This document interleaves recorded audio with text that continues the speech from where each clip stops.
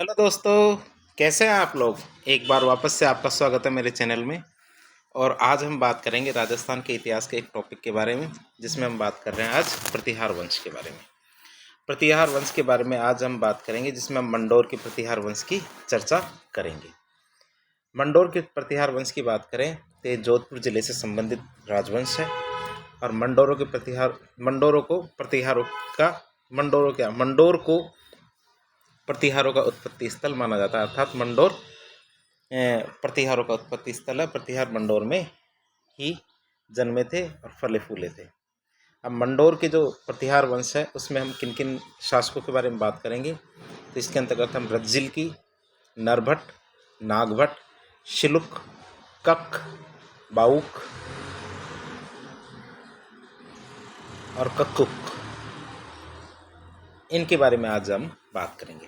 तो एक एक करके हम इनके बारे में बात करना शुरू करते हैं। सबसे पहले हम बात करते हैं हरिश्चंद्र के बारे में। हरिश्चंद्र के बारे में बात करते हैं। हरिश्चंद्र मंडोर की प्रतिहारों का शासक था। हरिश्चंद्र क्या था? मंडोर के प्रतिहारों का शासक था। प्रतिहार अभिलेखों में हरिश्चंद्र को एक ब्राह्मण माना गया है। प्रतिहार अभिलेखों में हरिश्चंद्र को ब्राह्मण माना, अर्थात प्रतिहार अभिलेखों में हरिश्चंद्र को विप्र हरिश्चंद्र नाम से उत्कीर्ण या लिखा गया है। हरिश्चंद्र वेदों का ज्ञाता था, अर्थात उन्हें वेद पता थे, वेद उन्होंने पढ़े थे। हरिश्चंद्र योग क्रिया में निपुण था, योगिक क्रियाएं करता था। हरिश्चंद्र को रोहिलिद्दी नामक उपाधि मिली हुई थी, अर्थात हरिश्चंद्र को रोहिलिद्दी नामक उपाधि दी गई थी। जो योग क्रिया में निपुण हो उसी को रोहिलिद्दी कहा जाता है। इससे हमें पता चलता है हरिश्चंद्र योग क्रिया में निपुण था, क्योंकि उससे रोहिलिद्दी नामक उपाधि दी गई थी। हरिश्चंद्र के 4 बेटे थे और चारों बेटों ने मंडोर को जीत करके मंडोर में परकोटे का निर्माण करवाया था, अर्थात चारों तरफ बाउंड्री का निर्माण करवाया मंडोर के। किसने? हरिश्चंद्र के चारों बेटे ने। अब हरिश्चंद्र के चारों बेटे कौन कौन थे? चारों बेटों का नाम आपको बता देते हैं। रज्जिल, भोगभट, कक और दद्द। इनके चारों बेटे कौन कौन थे? रज्जिल, भोगभट, कक और दद्द। इसके बाद बात करते हैं एक एक करके इनके बारे में। सबसे पहले बात करते हैं रज्जिल के बारे में। रज्जिल मंडोर का पहला प्रतिहार राजा बनता है, अर्थात रज्जिल कौन था? मंडोर का पहला प्रतिहार राजा। इसके बाद नरभट राजा बनता है। नरभट को पेल्ला पेल्ली नामक उपाधि दी गई थी, अर्थात नरभट को कौन सी उपाधि दी गई थी? पेल्ला पेल्ली नामक उपाधि दी गई थी नरभट को। इसके बाद शासक बनते हैं नागभट। तो नागभट प्रतिहारों की राजधानी को मंडोर से मेड़ता की तरफ लेके जाता है। मेड़ता अर्थात नागौर की तरफ लेके जाता है। तो मंडोर से मेड़ता की तरफ अपनी राजधानी को कौन ट्रांसफर करता है, स्थानांतरित करता है? नागभट। कभी कभी परीक्षाओं में ये पूछा भी जाता है नागभट के बारे में कि नागभट कौन था। नागभट एक प्रतिहार राजा था मंडोर का। मेड़ता राजस्थान के नागौर जिले में है।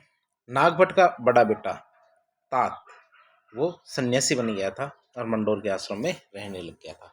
कभी कभी कुछ छोटी छोटी परीक्षा में इनके बारे में पूछा गया था कि ऐसा कौन सा प्रतिहार राजा है जिनका बेटा सन्यासी बन गया था और मंडोर के आश्रम में रहने लगा था। तो इसका जवाब होगा नागभट का बेटा, और बेटे का नाम था तख्त या तात।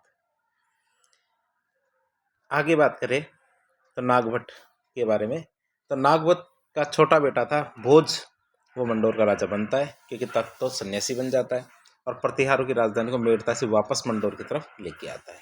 अब राजधानी मंडोर की मेड़ता नहीं रही, अब वापस मंडोर को बना दिया गया है। इसके बाद अगले शासक की बात करें शिलुक। शिलुक के बारे में बात करें तो शिलुक ने तमणी और वल्ल पर अधिकार कर लिया था। अतः शिलुक ने क्या किया? तमणी और वल्ल जो क्षेत्र थे उस समय के, उन पर अधिकार कर लिया था। तमणी राजस्थान के जोधपुर जिले के फलोदी में स्थित एक स्थान है जिस पे शिलुक ने अधिकार कर लिया था। और वल्ल क्षेत्र जैसलमेर में स्थित एक स्थान है। तो इस तरह शिलुक ने तमणी और वल्ल इन दोनों क्षेत्रों पर अपना अधिकार कर लिया था। शिलुक ने वल्ल के राजा देवराज भट्टी को हराया और देवराज से छत्र छीन लिया था। जो उसका छत्र था उसको छीन लिया था। शिलुक ने वल्ल के राजा जो देवराज भट्ट था उसको हराया और देवराज से छत्र छीन लिया था। इसके बाद अगले राजा के बारे में बात करें जो है कक। कक के बारे में बात करें तो कक ने मुंगेर के युद्ध में भाग लिया था। कक ने क्या किया था, मुंगेर के युद्ध में भाग लिया था। और मुंगेर बिहार राज्य में स्थित एक जगह है जो जहाँ पे कक इतनी दूर तक गया था युद्ध में भाग लेने के लिए। मुंगेर का युद्ध भीनमाल के वत्सराज प्रतिहार और मुंगेर के धर्मपाल के बीच में लड़ा गया था। अर्थात पाल, प्रतिहार और चालुक्य, इनके मध्य एक त्रिपक्षीय युद्ध हुआ था। त्रिपक्षीय युद्ध के दौरान कक युद्ध में भाग लेता है, जो मुंगेर नामक स्थान पर लड़ा गया था। मुंगेर जो बिहार में है। उस समय पाल वंश की तरफ से धर्मपाल युद्ध लड़ रहा था और प्रतिहार राजा वत्सराज थे। तो जो भीनमाल के वत्सराज थे ना, प्रतिहार राजा, उनकी तरफ से कक भाग लेता है। राजा कक व्याकरण, तर्क, काव्य और ज्योतिष, इन सभी का ज्ञाता था, अर्थात ये सभी उन्हें पता थी। इसके बाद अगले शासक के बारे में बात करें तो वो बाउक। बाउक के बारे में बात करें तो बाउक कक का बेटा था। मंडोर में जो विष्णु मंदिर है उसमें बाउक ने बाउक प्रशस्ति लगवाई थी। मंडोर में जो विष्णु मंदिर है तो उस विष्णु मंदिर में बाउक ने बाउक प्रशस्ति लगवाई थी और ये प्रशस्ति 837 ईस्वी में लगवाई गई थी। इस प्रशस्ति के माध्यम से हमें उनकी जानकारी मिलती है। इसके बाद बात करें तो प्रतिहारों, मंडोर के जो प्रतिहार है उनके बारे में जानकारी हमें उस बाउक प्रशस्ति से ही प्राप्त होती है। यहाँ गलती से बाउल लिखा गया है तो ये बाउक है। इसके बाद अगले राजा के बारे में बात करें वह है कक्कुक। कक्कुक के बारे में बात करें, कक्कुक बाउक का छोटा भाई और कक का बेटा था। कक्कुक ने घटियाला में 2 अभिलेख लगवाए थे। अर्थात घटियाला नाम की जगह कहाँ पे, जोधपुर में। जो घटियाला है जोधपुर में, वहाँ पे 2 अभिलेख उत्कीर्ण करवाए थे।